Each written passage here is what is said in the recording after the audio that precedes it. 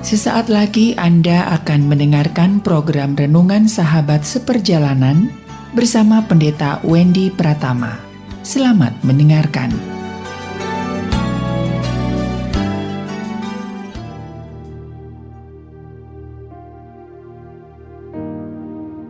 Selamat berjumpa kembali dalam layanan audio Sahabat Seperjalanan. Hari ini adalah hari Minggu 15 Januari 2023.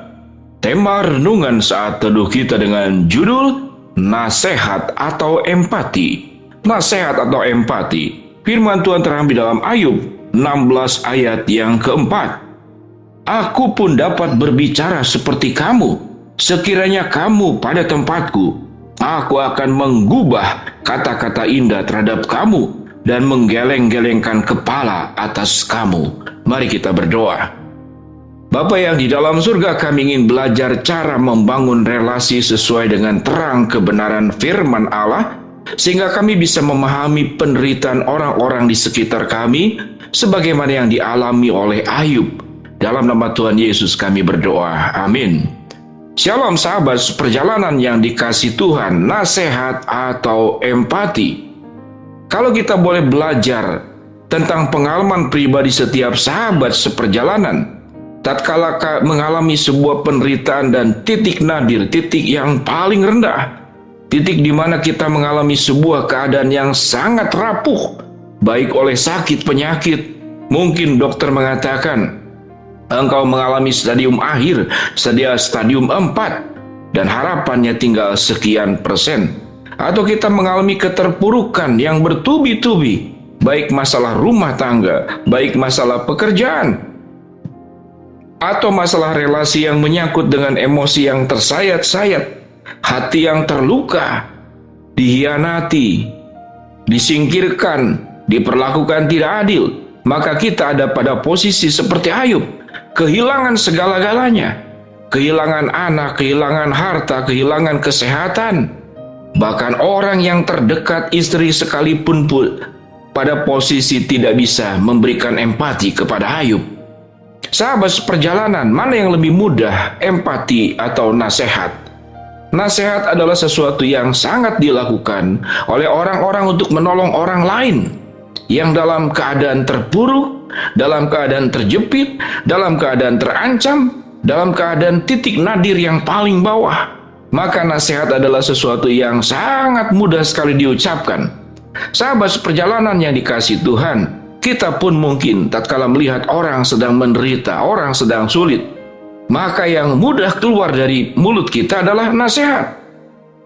Harus 1, 2, dan 3, harus A, B, C, dan D, harus begini dan begitu. Kita terus yang berbicara.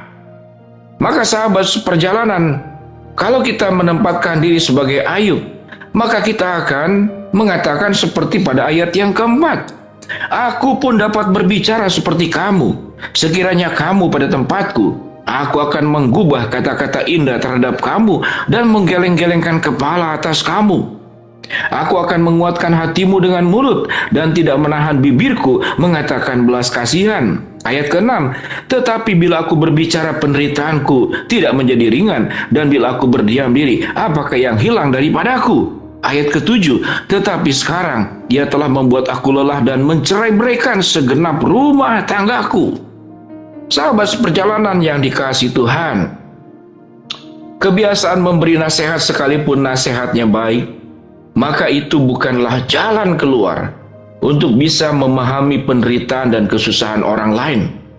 Tetapi empati di dalam terjemahan dalam Kamus Bahasa Indonesia, empati itu adalah menempatkan diri pada posisi orang lain, secara sosial, kognitif, maupun emosional.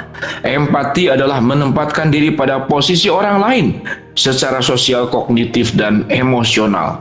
Sahabat seperjalanan, empati adalah menempatkan diri pada posisi orang lain. Kalau itu dialami oleh diri kita, kalau itu kita sendiri yang mengalaminya, apa yang diharapkan adalah orang tersebut menempatkan diri pada posisi kita. Seringkali saya dalam konseling mengungkapkan satu kata sebelum berbicara tentang nasihat adalah menempatkan diri pada posisi orang lain. Maka saya biasanya mengucapkan, kalau saya pada posisi Anda mengalami perkara-perkara yang seperti demikian, mungkin saya juga akan sama sikapnya, responnya, ketidakpuasan, ketakutan, mungkin berkeluh kesah, akan melakukan hal yang sama. Dan mungkin kalau saya pada posisi seperti yang sedang dialami oleh dirimu, aku pun mungkin tidak akan sekuat dirimu, atau mungkin lebih rapuh. Mungkin mencari jalan keluar dengan jalan pintas kalau saya menempatkan diri pada posisimu. Itu yang disebut dengan empati.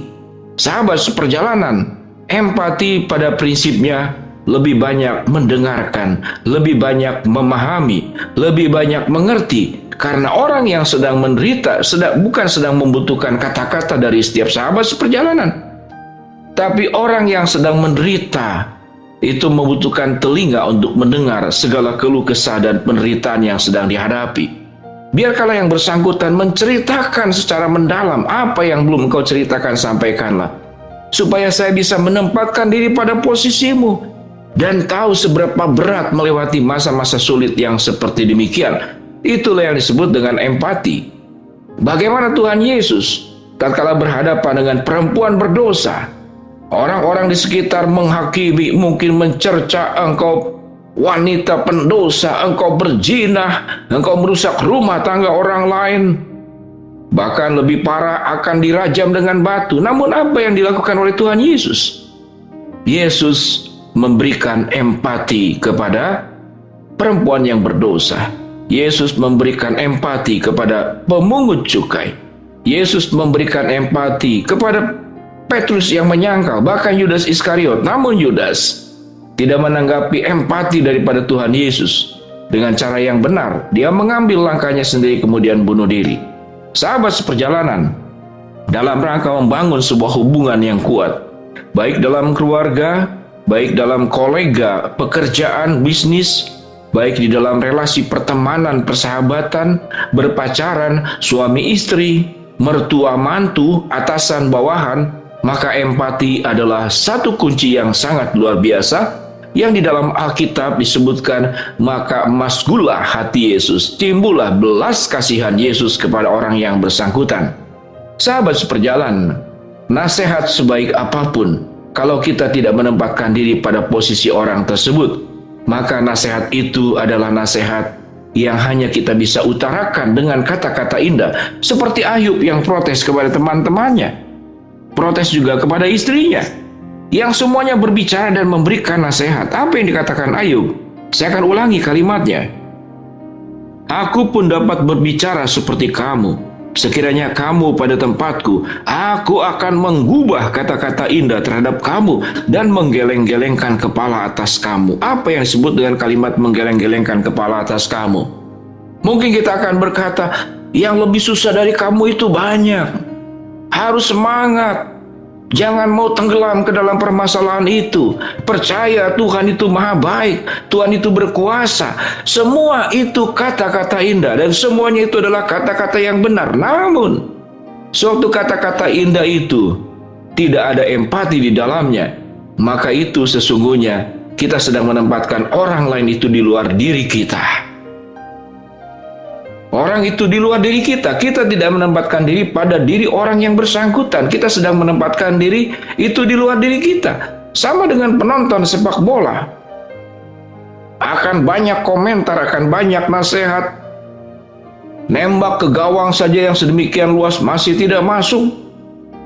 Maka kita akan bukankah belok kiri, belok kanan. Wah, kita berkomentar. Komentator kehidupan bagi orang lain adalah sesuatu yang sangat mudah. Tapi empati itu sewaktu kita menempatkan diri, kita ada di dalam gelanggang kehidupan yang sulit daripada orang yang sedang membutuhkan empati dan bukan nasihat yang paling utama. Maka kita akan merasakan seberapa berat perjuangan penderitaan yang sedang dialaminya. Mari sahabat seperjalanan, kita menjadi pribadi yang terus bertumbuh semakin baik dengan memberikan empati melebihi nasihat. Mari kita berdoa.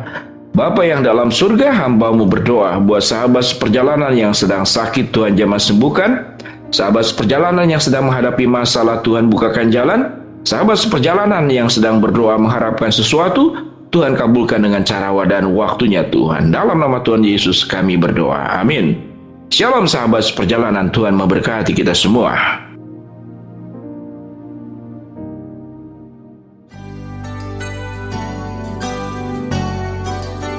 Anda baru saja mendengarkan program Renungan Sahabat Seperjalanan bersama Pendeta Wendy Pratama.